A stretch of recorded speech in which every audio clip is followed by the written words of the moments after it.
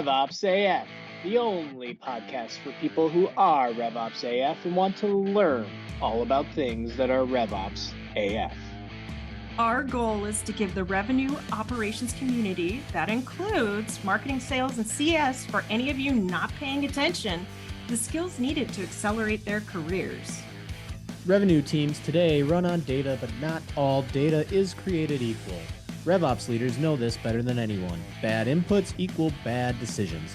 That's why we're excited to partner with HG Insights, the leading provider of revenue growth intelligence, helping companies with go-to-market strategy to execution with precision.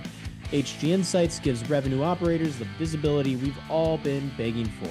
A unified view of market demand, technographics that identify what tools companies are using, spend intelligence showing exactly where money is flowing, account potential scoring for smarter targeting, and accurate TAM and segmentation models grounded in real-world signals. If you're supporting go-to-market planning, if you're architecting territories, if you're fueling pipeline with higher quality accounts, HG Insights becomes your new competitive advantage. No more guessing, no more stitched-together spreadsheets and toggling between systems, just real, validated, decision-grade intelligence. Learn more at hginsights.com. Once again, that's hginsights.com. Hello and welcome to RevOpsAF, the podcast. I'm one of your co-hosts, Kamala Thompson, and today I'm joined by Arriel Balogun. Arriel, tell us a little bit about your background. Yeah, so hi everyone. I'm so happy to be here.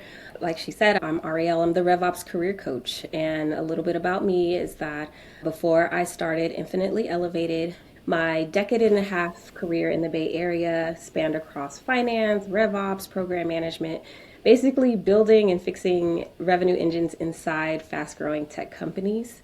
Just a little bit more, I'd like to add a little color to that, but I started Infinitely Elevated after seeing a pattern in my career and careers of other operators where we were doing a lot of critical work without visibility and very strong strategic alignment. And so today I help RevOps and market professionals operate with clarity and confidence so that they're not just chasing the next role, they're really building long-term career leverage. So that's me. I love that.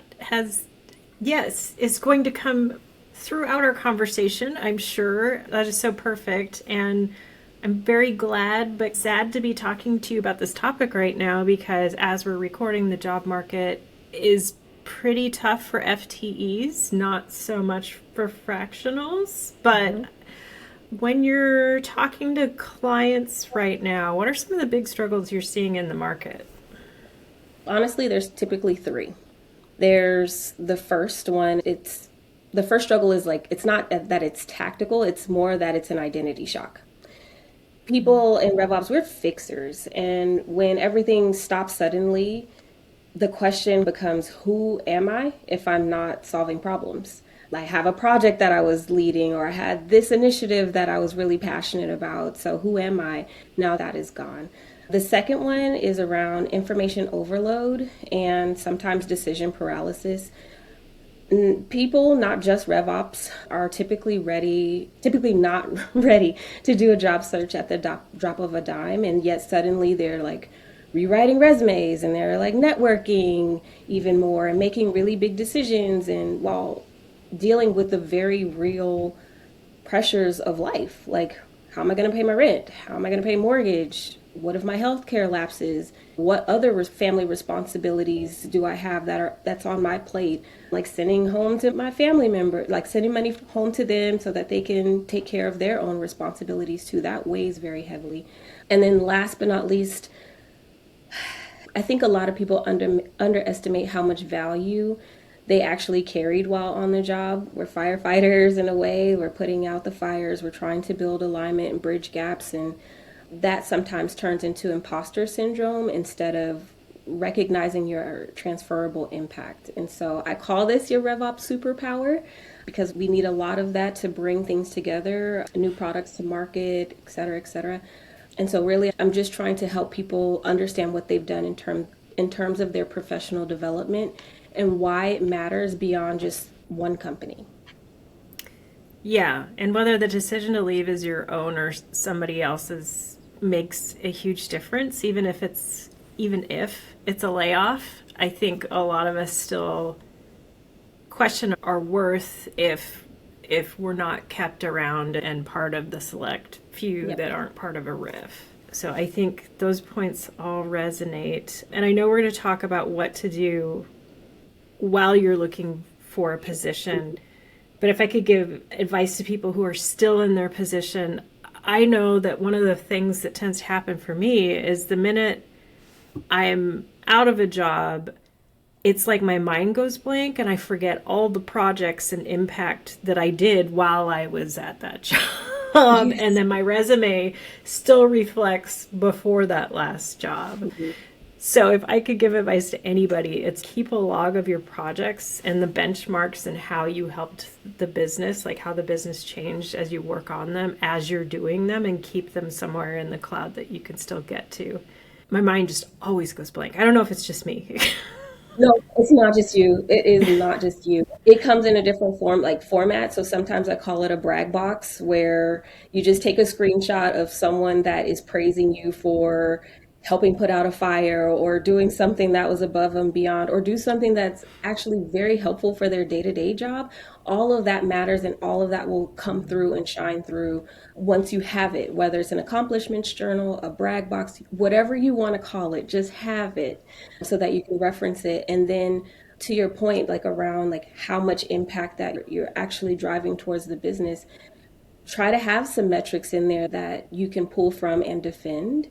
Some of the folks that I work with, they're like, but I don't have the CRM in front of me. I'm like, we can just do simple math. Let's just start with that to either create a range or percentage. So we talk through that and they're like, oh, it wasn't that bad to create the defendable metrics. Yeah, and I get a lot of objections from people who are saying that my thing wasn't the only thing that changed, so it wasn't the thing that made the number. That matters, but you're still part of that picture. And you can explain the context. Hey, we did these 3 projects. I had this one and we saw this change. That's still really impressive. So yes, keep it in there. Keep it in there. Yes. I love it. So we've found out about the layoff, or we're not at the company anymore for whatever reason. We couldn't stay there anymore for our own choice, whatever the reasons may be. How can revenue operators think about leveraging the skills they use normally on their job to help them get through this job search a little bit easier?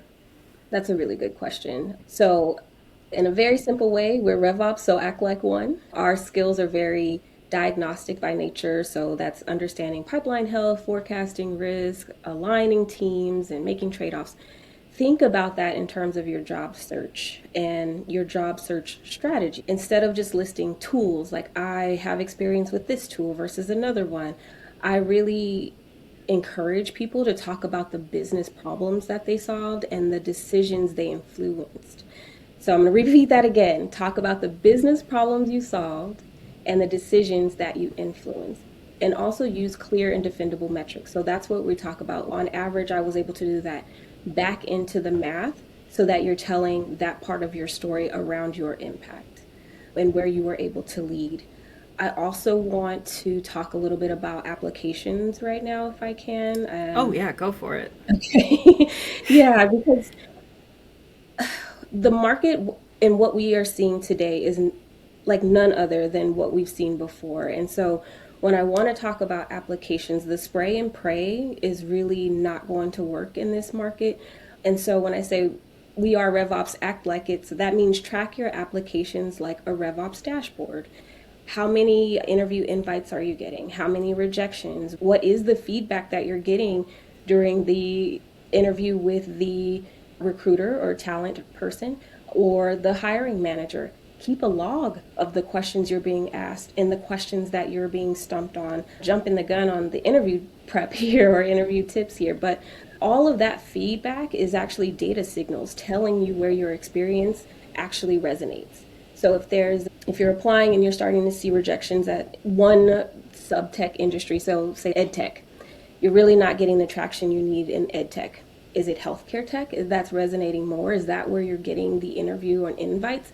Maybe start looking at that ecosystem and again, using those data signals to really help you in your job search. And then last but not least, I started talking about interviews, but again, Interviews aren't sandbox environments, they are production. And what I mean by that is that we don't want to go into a live, real interview where things are at stake and treat it like it's a sandbox environment where you're practicing your pitch or you're practicing your responses to see what lands and what doesn't.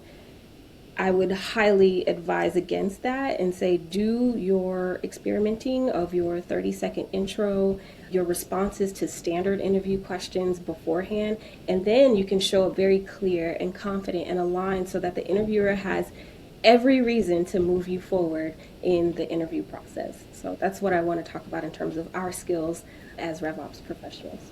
And let's dig into those a little bit more because those are fantastic points. The one that's really standing out to me as somebody who's interviewed a lot of folks and flubbed this myself, you need to understand that you're not just going to be asked how to solve technical problems and how to get requirements and how to do those sorts of things on the job. They're going to ask really tough questions about why have you been at such and such companies for such short periods of time? Why did you leave your last company? And if there's anything you have any emotion tied to, you need to work with a mentor and people around you to go practice those questions, because I've done it where I was at a company desperate to come out. It definitely came across in the interview.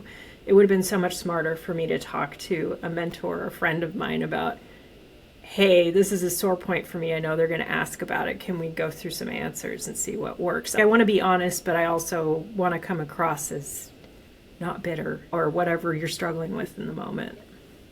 And the best way that I tell my clients so far is you have to treat it as it's very matter of fact, single sentence, very little context, and keep the interview moving positively forward. So state it, give your response, and keep it moving forward. Again, positively as much as you can, even though the emotions and the feelings behind the separation, it could still be alive and well. So I understand. Yeah. Practice really helps smooth out those rough edges that are still there and not worked through yet, for sure. And then another thing I really liked was talking about your applications to different companies, tracking them by industry and whatnot.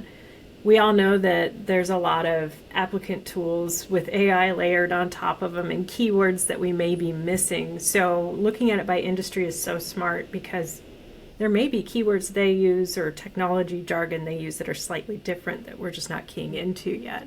Mm-hmm. How do you feel about tailoring your resume for different applications? I'll ask that question first. Yes, definitely tailor your resume. But before you go into tailoring your resume, you have to start with a very clear, why am I going into one sub-tech industry versus another? I hesitate to say tech because it's so broad. So I give examples like ed tech and health tech. But why are you trying to position yourself for one sub-tech industry versus another? I understand as well that there may be transferable skills that go into other sub-tech industries, but try to keep them in alignment with each other. So what I mean by that is health tech is very different from ed tech. But if you think about wellness in terms of healthcare or health technology and wellness technology, maybe that will still resonate within the ecosystem of where you're trying to pivot. I say that because your job search strategy has to be a lot smoother, a lot smarter, a lot more strategic, because the talking points that you bring up in your interview, what you actually list on your resume, all of that needs to be in alignment with what that particular sub-tech industry cares about. And when you deviate or go too far away from that particular sub-tech industry, it makes it harder on you as an individual to keep tailoring your resume to try to fit the mold for so many different places. So streamline it. We're RevOps, we know how to streamline things. Streamline your job search as well so that you're hitting maybe multiple companies underneath ed tech or multiple companies under health tech. So I just wanted to make sure that I bridge the gap between the two, because it's not one or the other, and it's all a sequence of how you're going to progress around sharing your value and showing up very positively as a very strong fit for your next role. And I briefly also want to touch on some etiquette because it was something like I may be old school, but I think a lot of interviewing people are when it comes to thank yous after an interview and showing your interests and circling back and follow-up questions, anything you can come up with, and then coming to the table with questions to ask the interviewer to show interest. There's so many times when I had somebody who'd say, I don't have any questions, and I'd never hear from them again. And it was just a weird experience. So maybe we can talk through that a little bit. Oh, yeah. I would stick to definitely having a rhythm when you are following up after someone has also taken time to interview as well. If I met you in person and I was like, oh, such a great conversation, and then just walked off, that's not going to feel very good. So think about that in terms of the interview as well, and how the interviewer will also be impacted by that as well. This is still your first impression, so lead very strongly through and through. And then once the interview is over, whether you feel like you nailed it or not, still, again, sending a thank you, a follow-up. If you actually did have a question, always please ask questions when you have their time and attention. But if something else comes up, please ask, especially if the interviewer is asking you to follow up. Take them up on that offer. And staying top of mind as well is really the name of the game. So you don't want to fall back to say, I'll let them get back to me. You ask. When's a good time to follow up about the next steps in the interview process? What does the rest of the interview process look like? I know someone that is in their currently eighth round of interviews with two different companies. One has an interview process that is 11 touch points or 11 separate interviews. Yeah, so like staying top of mind every step of the way. I know it's exhausting. I know it's tiresome. We're RevOps. Create a template. Make it easy for yourself so that you can do that. So a couple other behaviors I've seen too that I just think are important to talk about. I've had people get offended when I ask questions that are technical after they tell me they have a certification. Yeah, maybe we talk through that a little bit. Yeah, we should. Yeah. You can have a lot of certification, a lot of credentials. You can lead with that. That's great. That's going to make you stand out in the applicant pool.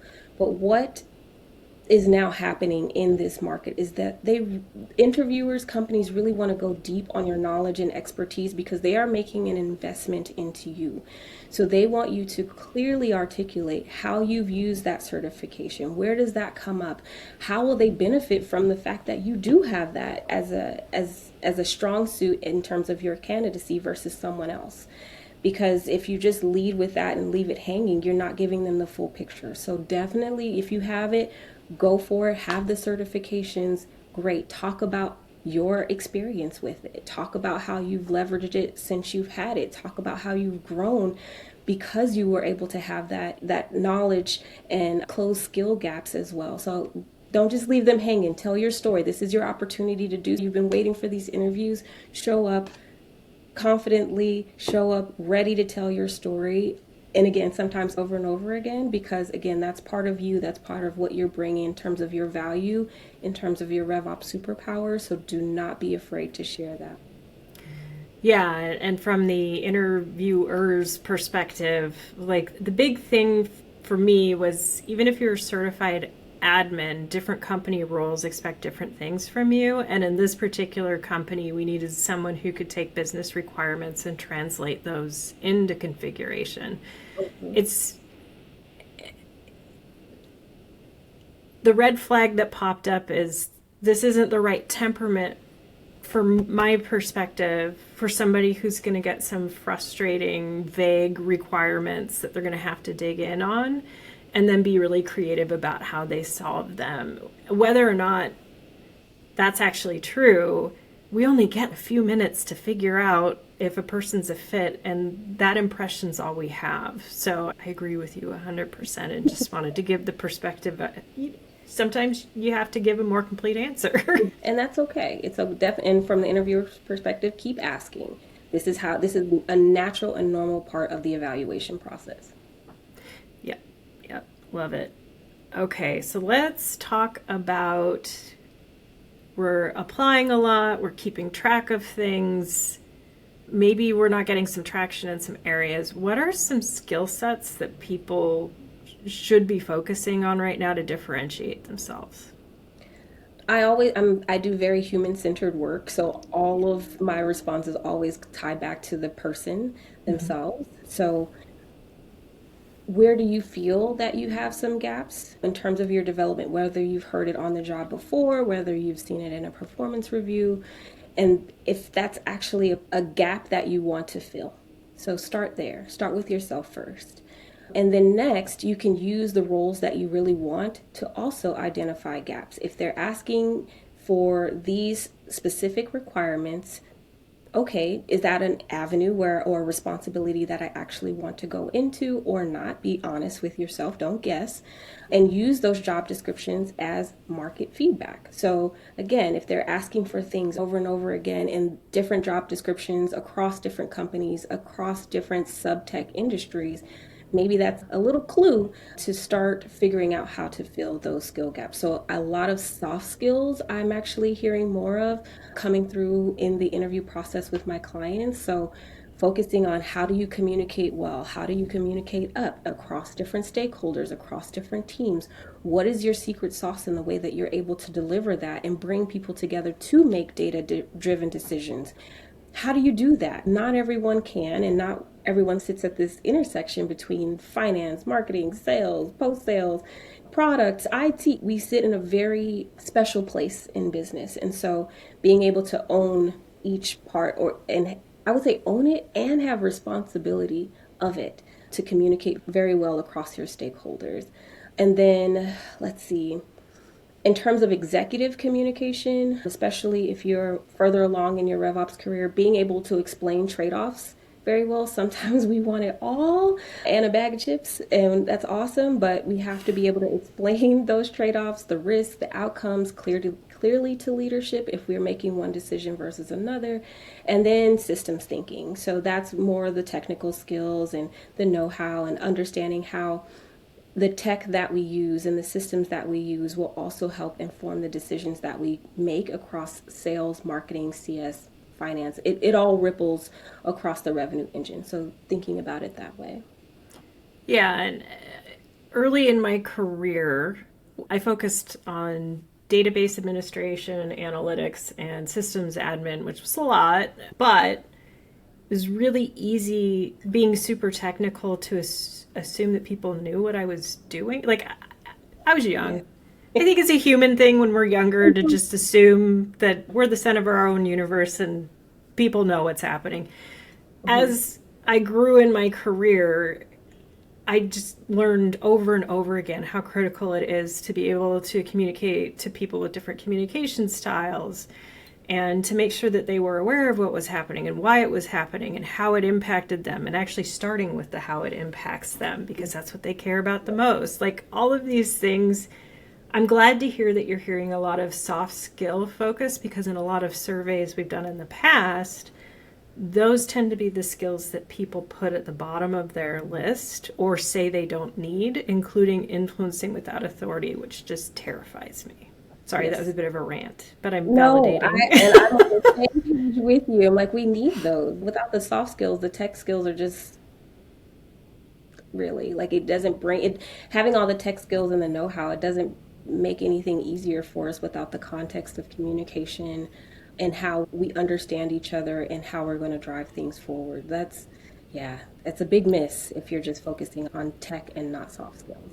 Yeah, especially, I would say, if you're an analyst who's delivering reports and dashboards to the rest of the business, understanding how to deliver insights beyond that, super critical to the success of your career and trajectory. And then also, like, if you're a solutions architect, you still need to communicate with people on your team and bridge the understanding gaps that just naturally happen between requirements and what we're actually doing. Yeah.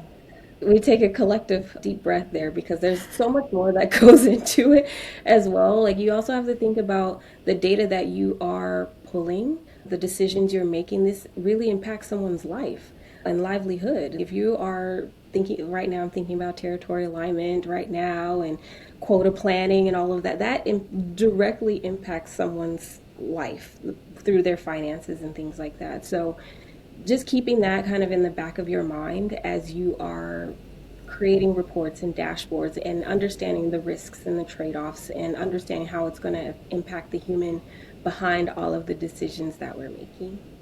Oh yeah, territory planning and compensation planning are just, you're directly touching somebody's ability to make money. But even the product team coming to you and saying we need these 18 data points collected on every opportunity so we can fix our product, you still have to think about the impact that'll have on the sales team that's already doing 20 other things and figuring out, are there other passive ways we can do this, like through call recording summaries or something?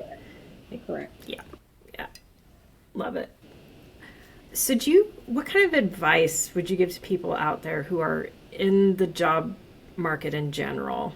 Maybe a pep talk. Okay, a little pep talk. The first I would say is just treat your job search like a program. So separate yourself from it a little bit and treat it like a program. Define your scope, your timelines, your success metrics. A lot of folks like, I can just apply to 100 jobs in a week. That's a lot of work, right? And when you're doing that and you're very active in your job search, you do need some recovery time. Yeah. Operating at 100 applications a week is definitely going to lead to burnout. So that's why I say start with yourself, have some strategy behind it, start tracking so that you're using those insights for your own job search to help you so that you're not having to apply to 100 roles a week. That's quite a bit. And I will say, like, even if you are like actively interviewing and you're still trying to apply, like, you have to have some ebbs and flows. And the way that I tell like my clients is build in time for rest, build in time for play, build in time for relaxation. It sounds counterintuitive, but if you are just going, you're hustling, another one, again, the burnout shows up, and then you're incapable of showing up very well for your interviews once they do come to you in your inbox. And you're like, okay, I'm so tired, I can't even show up and smile or share all of the fantastic things that I've been doing. That's very hard. So again, balancing how much you're applying. And again, networking is part of the job search. Like, you have to do that. And so building in time for rest, and to recuperate, to understand what's working, what's not, what's landing, what's not, where to pivot potentially next, is all part of the job search. So give yourself some grace. Please think about the numbers. I know we're very metrics focused as RevOps folks, but again, trying to reward yourself or rest along with the metrics that you're trying to achieve in terms of your job search or interview. Like, just think about that. I can give so much more advice. I'm trying to like pull back a little bit, but there's so much there. So whatever rest means to you or relaxation means to you, but just finding time to step away from your laptop, step away from the applications, and even networking sometimes. Step away from it, take care of yourself, and come right back to it. I love that so much. And I'm so glad you touched on networking, because speaking of networking, Arriel is going to be speaking at RevOpsAF in San Francisco. And we're going to be having interactive workshops, one of which will be career oriented. So there's lots of opportunities there. Where else can people find you to work with you and network? Yeah, so you can always visit my website, infinitelyelevated.com, or you can connect with me on LinkedIn. I'd love an opportunity to get to meet more of you. You've probably seen me around some of the networking sessions in RevOps Co-op as well, but don't be shy to introduce yourself. Let me know if there's something that you need, anything that you're struggling with. Always lending a helping hand. And then on LinkedIn, I definitely have my featured section that shows everything that's coming up. So if you're like, I don't even know where to start, Arriel, like, I don't know what's wrong, let's just start with a career strategy session that's free. It's about 30 to 45 minutes where we're figuring out, what's working, what's not, how I can support you. So that link can be in there. And again, like I said, start with the career strategy session with me. Let me know how I can help, and then I have a plethora of options to help, whether it's your job search or if it's within your professional development plans for next year. Thanks so much for tuning in to today's episode, everybody. For more great content like this, join our community at RevOpsCoop.com and check out the links provided in the show notes. Keep it RevOpsAF, y'all.